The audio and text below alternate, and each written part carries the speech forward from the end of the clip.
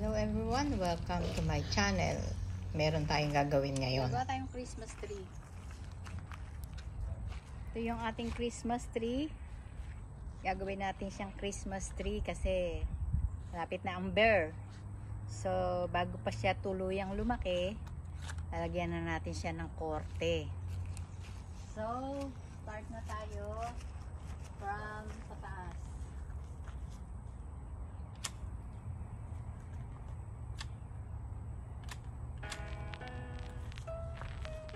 Umpisahan na natin ang ating paglalagay ng korte sa ating gagawing Christmas tree. So, mahilig tayong magkukorte ng mga halaman kasi kahit sa Pilipinas, ganyan din yung aking ginagawa. Naglalagay ako ng design sa aking mga halaman. Mahirap yan gawin kasi ang hirap sipatin o ang hirap tignan kung pantay na ba yung ating ginagawa. Pero nakakatawa naman pagka yung natapos na siya. Ang sakit niya sa kilikili kasi ang taas na niya eh. Ayan. So, itong pine tree na ito, usa iyang tumubo dyan. At, syempre, di ba, nakakatuwa. Hindi mo akalain na magkakaroon ng pine tree dyan sa tabi na yan. Although, nasa tabi siya ng bahay, hindi pwedeng may pine tree sa tabi ng bahay dahil yung ugat niyan ay lumalakad eh. Ayan, ano na itsura? Ayan. Yan ang itsura. So, doon naman tayo sa second layer na tayo. Second layer. So, itong ating Christmas tree, siguro for 1 year lang yan dahil hindi nga pwedeng tumaas yan ng mataas dahil delikado eh. Dito ang bagyo, hindi basta bagyo, hurricane. So nakakatakot, baka makasira lang ng ating bahay. Kaya kailangan, pag siya ay mataas na, tatanggalin na siya. Sayang, di ba? Pero wala tayong magagawa eh. Kailangan siyang tanggalin. So tuloy lang natin ang ating ginagawang pagkukorte sa ating Christmas tree. Nasa ibaba na tayong bahagi ng ating Christmas tree at konti na lang, malapit na siyang magmukhang Christmas tree. Nakakatuwa, ano? Mahirap gawin yan pero masaya. Nasa level. Yung kabila.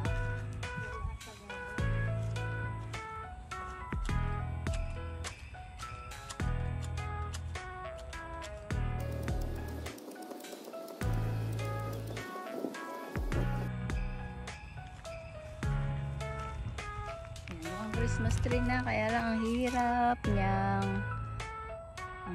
niyang pantayin. So, dito tayo, ito. Saan na yan? Ito, So dito, nakatulong talaga yung ating pag-video kasi nakita ko yung kung saan nang dapat kong bawasan. Kumbaga, meron akong guide. Pag tumingin ako sa camera, nakikita ko kung alin yung dapat kong tanggalin. So, ang laking bagay din na siya ay aking binibidyohan. okay na? Konti pa. Ninipisan pa natin siya kasi ano ngayon? August. So, meron pa tayong September, October, November bago mag-December. So, ninipisan pa natin yan para pagdating ng December siya ay makapal na. Finally, natapos na natin yung ating obra. Pero, wait, there's more. Ayan na, dinalaw na tayo. Pwede na daw.